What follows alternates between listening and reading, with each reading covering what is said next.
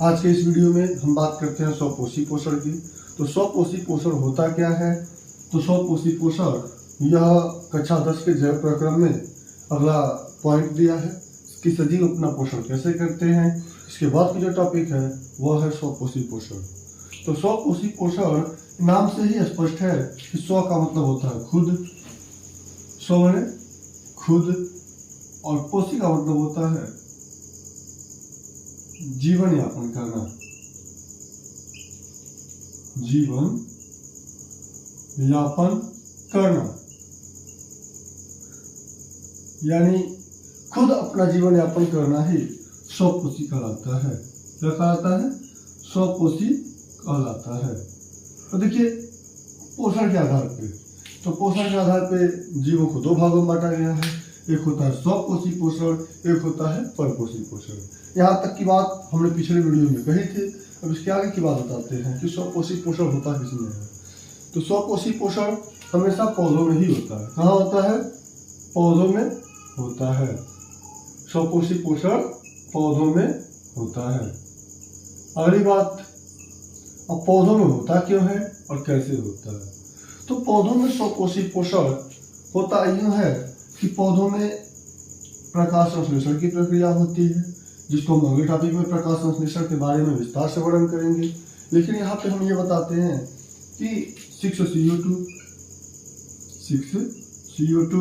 plus 6H2O gives C6H12O6 plus 6H2O।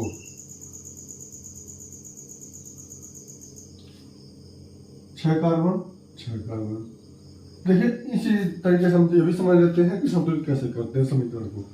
तो समीकरण मिला देते हैं कि जो भी हम समीकरण लिख रहे हैं, बच्चे गलती क्या करते हैं परीक्षा में कि लिखने को तो लिख देते हैं लेकिन ये नहीं समझ पाते कि उनका समीकरण संतुलित है कि नहीं है। और एग्जामिनर यदि देख लेते हैं कि समीकरण संतुलित नहीं है तो वहीं पर उसको काट देते हैं, नंबर नहीं देते हैं। तो समीकरण संतुलित भी करते चलते हैं हम। कार्बन इधर भी है, कार्बन इधर भी है, ऑक्सीजन इधर भी है, ऑक्सीजन इधर भी है, हाइड्रोजन भी है, इधर भी हाइड्रोजन है। तो कार्बन की संख्या कितनी है? 6 है। इधर कार्बन की संख्या 6 है। ऑक्सीजन की संख्या कितनी है? 6 दूनी 12 और 12 24। इधर ऑक्सीजन की संख्या कितनी है? 6 और 6 12। और उसके बाद हाइड्रोजन की संख्या कितनी है? 12 दूनी 24। इधर ऑक्सीजन की संख्या कितनी है? 6 और 6 12। हाइड्रोजन की 6 दूनी 12, 12 12 24, 24 तो है। तो चलिए मिला देते हैं। हाइड्रोजन पूरा है। ऑक्सीजन में इधर 12 है, इधर 24 है, यानी 12 इधर चाहिए। तो 6H2O हो गया, तो उसके बाद 6O2 कर देते हैं। क्या करते हैं? 6O2 कर देते हैं। अब समीकरण संतुलित हुआ। तो इस प्रकार ये प्रकाश संश्लेषण का समीकरण था। तो प्रकाश संश्लेषण का समीकरण, प्रकाश संश्लेषण के बारे में हम कल बताएंगे।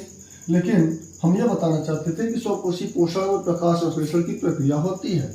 अब प्रकाश संश्लेषण में जो पदार्थ बनते हैं वह पदार्थ दो तरीकों से प्राप्त होता है। जैसे हम भी जब खाना खाते हैं, कुछ लोग क्या होते हैं, मोटे हो जाते हैं खाते खाते। तो मोटे क्यों होते हैं? क्योंकि शरीर में वो भोजन को पचने की जरूरत नहीं होती है, उतना भोजन पचता ही नहीं है जितना भोजन वो कर लेते हैं। अब अचानक खाए और खा के जाकर दुकान में बैठ गए, उनको चलना फिरना तो है नहीं, एक जगह बैठे रहते हैं, धीरे धीरे उनका क्षेत्रफल बढ़ जाता है, वो किसी काम के होते नहीं है। तो होता क्या है, उसी तरह से जब ये पदार्थ बनते हैं, ये पदार्थ बनने के बाद यहाँ ग्लूकोज प्राप्त होता है, और जो ग्लूकोज प्राप्त होता है वह ग्लूकोज ज़्यादा मात्रा में होता है। और जब ज़्यादा मात्रा में ग्लूकोज प्राप्त होता है तो ग्लूकोज धीरे धीरे मंड में बदल जाता है। क्या होता है? स्टार्च के रूप में जमा हो जाता है। किस रूप में? स्टार्च के रूप में जमा हो जाता है। और जब वो स्टार्च जमा होता है वह ग्लाइकोजन की प्रक्रिया के द्वारा फल का निर्माण करता है। अब आपको ये भी समझ में आ गया होगा कि फल कैसे बनते हैं। अब अगली बात कि प्रकाश संश्लेषण की प्रक्रिया क्यों होती है। तो प्रकाश संश्लेषण की प्रक्रिया उन पौधों में होती है जो पौधे हरे होते हैं। क्या होते हैं? पौधे हरे होते हैं। और जब पौधा हरा होता है तो हरे होने का कारण क्या होता है कि पौधे के हरे होने में प्रकाश संश्लेषण होता है। हरा पौधा होगा तभी प्रकाश संश्लेषण होगा, यदि पौधा हरा नहीं है तो प्रकाश संश्लेषण नहीं होगा। अगली बात कि पौधा हरा कब होगा, तो जब पौधा हरा होगा तो पौधे के अंदर क्लोरोफिल पाया जाएगा। क्या पाया जाएगा? क्लोरोफिल पाया जाएगा। अब क्लोरोफिल जो होता है, क्लोरोफिल को हम पर्णहरिम बोलते हैं। क्या बोलते हैं? पर्णहरिम बोलते हैं। अब पर्णहरिम एक प्रकार का वर्णक है, रंजक है, जो पौधों को हरा रंग प्रदान करता है। ठीक वैसे ही जब हम अगले पार्ट में पढ़ाएंगे ब्लड, तो ब्लड में हम बताएंगे कि ब्लड में आरबीसी होता है, आरबीसी में हीमोग्लोबिन पाया जाता है। तो उसी तरह से क्लोरोप्लास्ट होता है, क्लोरोप्लास्ट को हम हरित लवक बोलते हैं। क्या बोलते हैं? क्लोरोप्लास्ट होता है। क्या होता है? क्लोरोप्लास्ट, जिसको हम बोलते हैं हरित लवक। हरित लवक बोलते हैं। अब हरित लवक जो होता है, हरित लवक में ही पर्णहरिम पाया जाता है, जिसकी वजह से पौधे हरे होते हैं और हरे पौधे के अंदर प्रकाश संश्लेषण की प्रक्रिया होती है। और जब प्रकाश संश्लेषण होता है तब पौधे क्या करते हैं? सूर्य के प्रकाश की उपस्थिति में अपना भोजन खुद बना लेते हैं, जो कहलाता है हमारा ग्लूकोज के रूप में प्राप्त होता है। जब ग्लूकोज की मात्रा बढ़ जाती है, शरीर में सेलुलोज की मात्रा बढ़ जाती है, पौधों में इसकी मात्रा बढ़ जाती है और इसकी जरूरत नहीं होती है पौधों को, तो पौधे जो एक्स्ट्रा प्राप्त करते हैं उसको स्टार्च के रूप में यानी मर्ण के रूप में एक जगह इकट्ठा कर देते हैं। क्लियर? अब आप लोग इसका स्क्रीनशॉट ले सकते हैं समझना हो तो।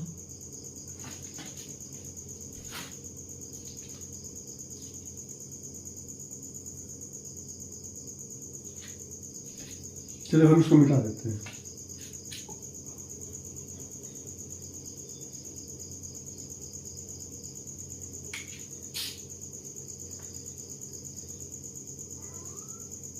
तो अब तक आपको ये चीजें समझ में आई कि स्वपोषी पोषण किसे कहते हैं, ये भी समझ में आ गया।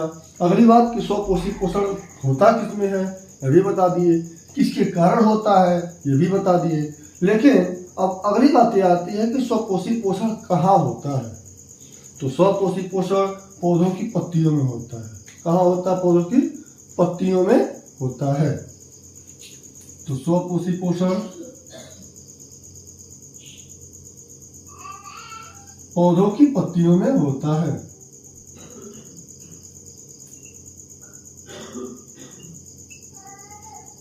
पौधों की पत्तियों में होता है। देखिए पौधों की पत्तियों में कैसे होता है। तो पौधों में जाइलम और फ्लोएम पाए जाते हैं। ये पता है कि नहीं आपको? चलिए नहीं पता तो बता देते हैं कि पौधों में जाइलम और फ्लोएम दो प्रकार के संवहनतक होते हैं। जाइलम क्या करता है? जड़ों से खनिज, लवण और जल को लेकर के जाता है और जा करके पौधों की पत्तियों तक पहुंचाता है। ठीक, ये जाइलम का काम होता है। जाइलम को हम संवहन ऊतक भी बोलते हैं। ये लेके जाता है, वहां पर भोजन को पहुंचाता है। और जो पत्तियां हरी होती हैं उन पत्तियों में क्लोरोफिल पाया जाता है, जिसकी वजह से वहां पर प्रकाश की उपस्थिति में पौधे अपना भोजन बनाते हैं, जिसको हम प्रकाश संश्लेषण कहते हैं। ठीक, अब फिर जो भोजन बन जाता है उसको फ्लोएम लेके आता है और पौधों की हर भाग में जमा करता है। अब जो भोजन बनता है वो भोजन बनता क्या है? तो बताया है ग्लूकोज होता है। ग्लूकोज जब ज्यादा मात्रा में होता है तो स्टार्च के रूप में जमा कर लेता है। इस प्रकार का स्वपोषी पोषण प्राप्त होता है। आशा करते हैं कि आपको ये वीडियो समझ में आई होगी। अगर जिसको जो भी दिक्कत हो, समझ में आया हो, तो कमेंट बॉक्स में जाके तुरंत लिखें, हम उसका जरूर रिप्लाई करेंगे और उसमें सुधार करेंगे। तो इस तरह से हम आज की वीडियो को समाप्त करते हैं। जय हिंद, जय भारत।